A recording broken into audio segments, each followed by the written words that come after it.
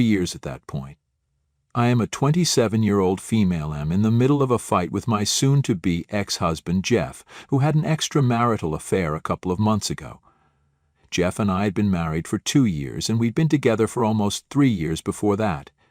He and I had planned on beginning to try for a baby just 8 months into our marriage because we'd already been living together for 4 years at that point, and we really wanted to start a family together, so it just felt right. Unfortunately, even after months and months of trying, I was still struggling with conceiving, so we had to get tested. Turns out that both my husband and I have fertility issues, so we had to give up on the idea for the time being. It hit me hard when the test results came back, and I kind of shut down emotionally because I'd really wanted a baby of my own. Jeff, instead of being supportive during that time, distanced himself from me, and we barely even spoke for a couple of months. I was already at my lowest by then, and Jeff going further away from me just made it worse, so I thought about reaching out to him and making our marriage work. But before I could do that, he confessed to me that he'd been having an affair with an old friend, and it had been going on for weeks. He'd sought out her help a couple of days after we got back the test results, since he used to be good friends back in high school and she was in town for a conference. They had lunch together, and then that turned into an opportunity for him to cheat on me with her. He told me that he'd wanted to tell me the truth, but I just seemed so distant and sad that he was afraid of how I'd react, so he just didn't say anything, which was a pretty ridiculous reason. I remember wanting to say a lot of things after he told me, mostly wanting to scream at him, but I couldn't bring myself to do any of it, so I just broke down on the couch and began to sob like a baby. He didn't even console me or anything, not even a pat on my arm to tell me it's going to be all right. He just sat there like a damn statue and said nothing while I cried for almost an hour. After I finally eased up a little, he told me that he was going to spend the night at his parents' place because he needed a break from everything that was going on. I begged him to stay, in spite of what he'd done, but he didn't wait around. He'd already had his bags packed before discussing this with me, and then he just left. As soon as he left, I started crying again and remained in the same spot until midnight. It was pretty much the worst day of my life so far. I was so depressed that I wasn't responding to any calls or texts from anyone, not work and not even people I knew personally. So a couple of friends and relatives had come to check up on me, but they'd leave when they realized that I wasn't going to open the door for them and let them in. I'd let them know I was still there by yelling out that they needed to leave and that I wasn't going to open the door, so they'd know I was okay and then leave. I'm grateful for the people who checked up on me, honestly, because I don't think I'd be here right now if it wasn't for them. All I did was have the minimum amount of food needed to keep going, watch TV, and then sleep. I was basically a zombie for almost 2 weeks. Then one day, one of my cousins came by and I told him to leave my living room, but he didn't go. Instead, he told me that he had important news to share and he needed to do it in person. I didn't take it seriously and argued with him, so he finally snapped and told me that he was here to inform me that my father had passed away that morning from a heart attack, and since I never checked my phone, people didn't have any way of letting me know about it. I was already pretty heartbroken from whatever had happened with Jeff, and then the news of my dad's demise just broke me even more. After my cousin who visited me to tell me the news left, I think I started crying so loudly that the neighbors had to come to my door to make sure I was okay. That evening I booked myself a flight back home for the funeral, and it was really difficult because I barely knew what I was doing all throughout. I had to be helped by people I barely even knew because I was so lost, but somehow I got back home safely and made it through the funeral. I was blank and didn't cry at the funeral much, but I'd planned on staying for 2 weeks at home with my mother so she'd have someone to count on. She was devastated at the funeral and didn't leave my side even for a second, but we barely got to speak because of the sheer number of guests and relatives showing up. My dad was a well-known man. He was an attorney and was one of the best in his town. He was also a really good man and people loved him. Some people had even traveled overseas to pay their last respects. So you guys can imagine what sort of love and respect people had for him. My mother and I were overwhelmed, and for the 2 days after the funeral, we just made small talk, and I'm grateful for even that much. Because just 3 days after the funeral, I lost my mother as well. The medical report said that my mother had passed away due to natural causes, and since she'd passed in her sleep, it had been peaceful for her, but I knew that she'd passed away from a broken heart. Call me crazy, but that's what I really believed. Within days of my father's funeral, we had to organize another funeral for my mother, and this was smaller, but it hit me even harder than my dad's death, because this had happened while I was fast asleep in the next room. I think I pretty much shut my brain off after my mom's passing and was a robot. I flew back home after the funeral and finished off some legal paperwork with the executor of their will, my dad's secretary. There was nothing for me to stay back anymore, so I came back to my own home and resumed my old routine of eating, watching television, and then going to sleep. My life spiraled out of control after that day because I was so depressed that I could barely bring myself to eat or sleep. I lost my job after 1 week because I hadn't shown up at work for a while, and neither had I told anyone anything about my absence, so they had reason to fire me without notice. Besides, it's been ages since I responded to anyone from work, so I should have seen it coming, but it was still a huge blow. This time hardly anyone came by to check on me because everyone thought that I was staying back at my childhood home, and it was a relief because I didn't want to see anyone and vice versa. So that was the last 4 months of my life after my parents' passing. I haven't had a job for almost 5 or 6 months and haven't done anything outside of the house for just as long, if not longer. I don't talk to anyone, and it was only recently that I realized that I've been a total mess. I've neglected everything apart from paying the rent and bills on time and doing the absolute bare minimum. I was in this state for almost 1.5 months until one day I decided that I wanted to comb my hair because my head was really heavy, and I wanted to do something about it because it was uncomfortable. I finally looked at myself in the mirror that day and realized that my hair was a rat's nest, my clothes were grimy and dirty, and my face was all sunken and hollow like I was straight out of some horror movie. I was disgusted by my appearance, but I still tried to brush my hair, and the plastic hairbrush snapped into two because of how tangled my hair had become. It was a small, insignificant thing, but that was a wake-up call for me. I didn't know how that happened, but something just switched in me, and I ended up falling to pieces in front of the mirror once more that day. This time, I was not crying just for the sake of it, but I just wanted to get it all out of my system before I went out, to get my life back on track. That day I got my hair done and a full-body spa and massage from one of the best salons I could find near me. I still had a ton of money that I'd set aside because I'd been saving when I'd been trying to get pregnant with Jeff. I had a well-paying job in the past, so money had never been an issue for me, and I hardly had any massive bills anymore since Jeff left. And it was just me.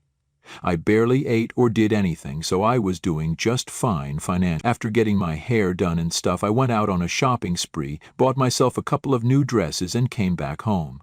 I realized the state of my home because I hadn't cleaned in ages, so I had to hire a cleaning service to do the job as well. I wasn't embarrassed of it in the slightest, since I knew what I'd been through, and I think anyone who'd found out that they were basically infertile, had their husband cheat on them, lost both their parents and also their job in the span of just a couple of weeks, then they probably would have been gone by now. Once my house was clean and I was finally looking like a human being again, I started looking for therapists who could help me, because I'd realized that I was probably clinically depressed, and the shopping spree and stuff had helped a little, but it was just temporary. If I wanted to get out of this mess, then I'd need professional help, and I wasn't ready to go back to the condition I was in for so long. Along with therapists, I also started looking for jobs and made sure that I explained my circumstances to my ex-employers as well, in case I needed recommendation letters or stuff. To my surprise, my ex-boss ended up inviting me back to work if I was up for it, because she said that her son was an advocate for mental health awareness, and he'd be disappointed if she didn't at least give me an opportunity to get my life back on track. She also offered to put me in touch with her son, who worked with a lot of great mental health professionals who could help me out and make my search for a good therapist easier. I agreed to all of it, and I'm truly and sincerely thankful that she turned out to be such a wonderful woman, because I got my job back and also started seeing a therapist as soon as I settled on one. I've been attending therapy sessions every week for almost a month now, and I feel like I'm finally getting better. The only thing I hadn't done so far was that I hadn't filed for divorce from Jeff, because I didn't think I wanted to leave this marriage just yet, and I really had faith that he'd come back. Also, I'd forgotten that I had to do that because I was depressed about my life. So I didn't think about divorce and just waited around like an idiot. Then, finally, about 4 days back, I received a call from him. Usually I don't answer calls from anyone, but since it was Jeff, I got really excited and answered the call. I'd barely spoken to anyone or even heard my voice, but I was happy to hear from him because I was delusional enough to believe that he was calling me to get back together. It had been almost 4 months since he left the house and we last spoke, and in the meantime a lot had happened. I was finally doing better now, so I hoped that his coming back to me would be the beginning of a fresh start for the both of us. He even hinted at it by inviting me for dinner at a restaurant we loved going to when we were together, and I agreed to see him there. I got all dressed up and went out to see him that evening, and even hugged him and stuff when I saw him. He looked happy to see me too, but he didn't ask me any questions and jumped straight to his own life and how fabulous it had been for the last couple of months.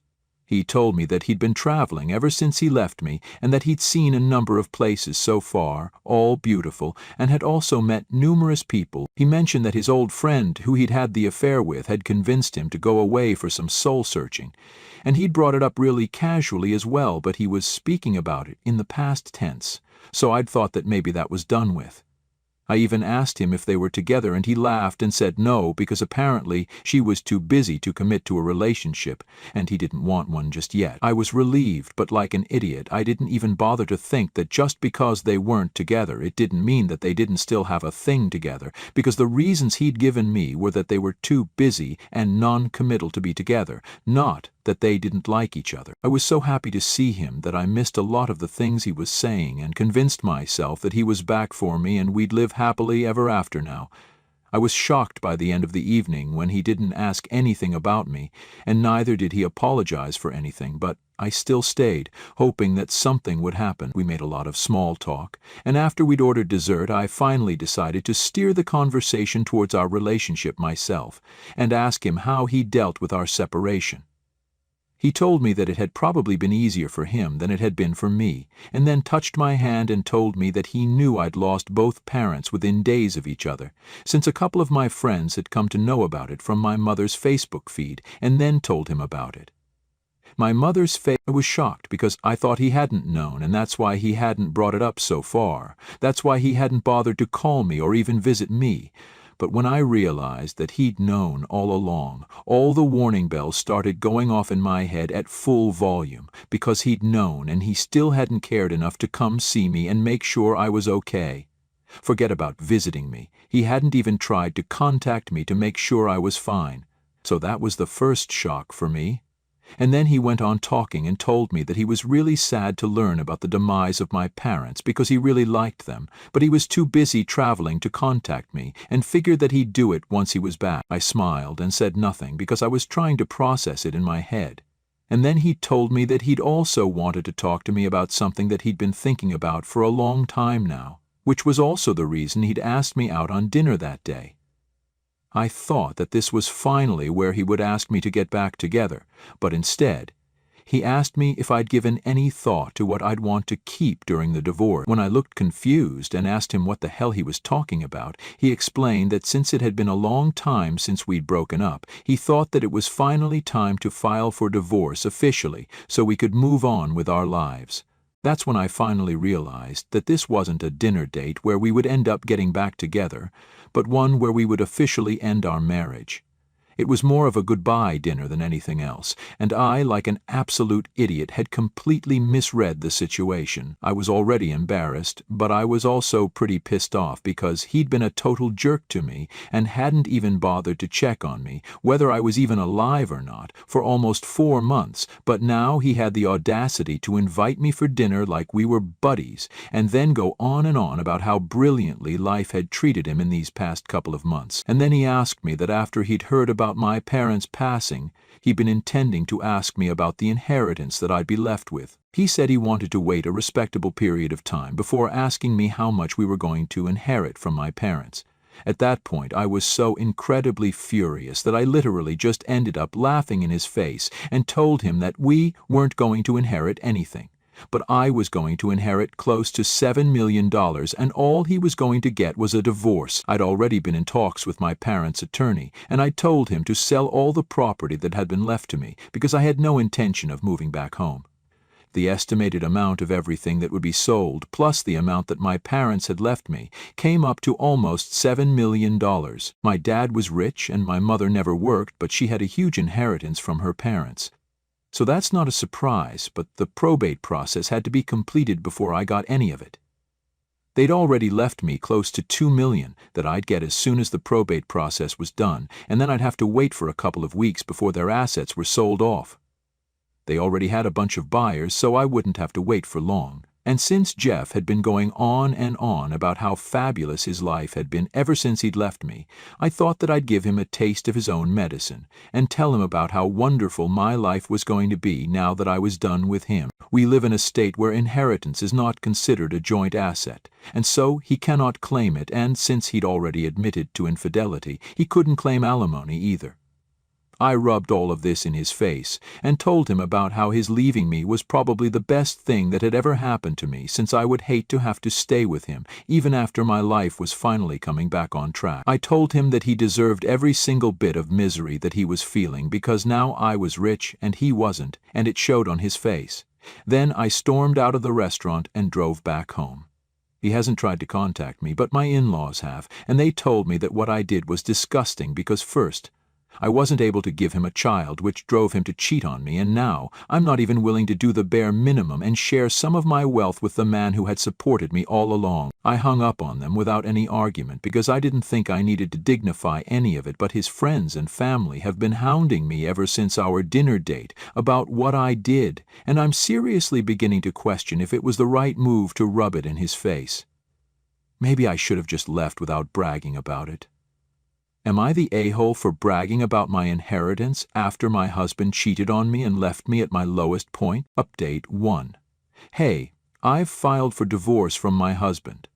It's been 3 weeks since the incident, and his family and friends have taken the harassment to a crazy level. They are literally going off on me on social media and have practically started a hate campaign against me for putting Jeff through mental distress on purpose, just so I could get revenge on him because he had cheated on me, and then blamed me for his cheating as well, by saying that I'd withdrawn from him emotionally so he had no option but to seek affection somewhere else, and it just so happened that a friend of his happened to be back in town. So he's absolved of all the blame, and I'm the villain here, even though he was also facing fertility issues, but I never went out of my way to find someone else and talk to them out of desperation. But whatever, I filed for divorce, and I'm going to make sure that I don't let him off the hook easily. I'll also sue his parents and friends after warning them that they need to stop, because word of this has reached a couple of my co-workers too, and I can't compromise my reputation over this bullcrap. Update 2. Jeff's actually contesting the divorce. Why? Because he's suddenly had a change of heart, and now he thinks we're meant to be together. I'm sure this has nothing to do with the inheritance, and he's doing this all purely out of his own love and affection for me. That's probably also why he made his folks stop harassing me online, so he could get back with me since he loved me, and not because I'd threatened to sue them all for defaming me. I'm being sarcastic, obviously. I talked to him a couple of hours ago on the phone when I found out that he was contesting the divorce, and he told me that he'd changed his mind and that he wanted to make our marriage work. I got into a very nasty fight with him because I was just feeling so frustrated and hateful, and all he said to me was he knew I was mad because I still loved him, and if I didn't still love him, then I probably wouldn't even have called me. He reassured me that this was just a stupid game that I was playing to get back at him for the cheating, and that we'd be just fine, and then disconnected the call. I'm in disbelief right now, and I cannot believe this is happening to me. I've never ever felt such a strong urge to slap someone senseless, but I guess there's a first time for everything. He just is a huge jerk, and I can't believe I even considered getting back together with him. Freaking gold digger. Ugh, I could just scream right now, but that wouldn't help. Please, if someone has any advice on a way to mess him up, but legally, do go ahead and let me know, because I have nothing to lose at this point. Update 3. Hello, folks. It's been a while, but we're in the middle of the mediation process now. If this doesn't work out to bring him and me on the same page, then we might have to go to court. But I have a feeling that's going to happen, and it'll be better for us, since I can't see us coming to an agreement about any of this. He feels that we should stick together, and I don't even understand what the point of having a negotiation meeting is when this is pretty much non-negotiable for me. I want to be with him. It's as simple as that. I'm entertaining it because he wants to give it a try, even though it's exhausting, but then I know this will go to court, and I'm hoping that'll make everything better. For me, at least. I don't know about him, and neither do I care, very honestly. Update 4. Hey guys. Almost 2 months since the last update, and, well, the case ended up going to court just as I'd predicted, and I'm going to get a divorce. All right. It doesn't matter what he wants anymore, and boy was he upset about it. The probate is done too, and I'll recover all the money I spent on my lawyer and even more soon enough. Life's good, so I don't think I'll be coming back here anytime soon. It's been a good ride, but I'm fine now. Thank you for all the love and support. I couldn't have done it without you guys, and I mean it.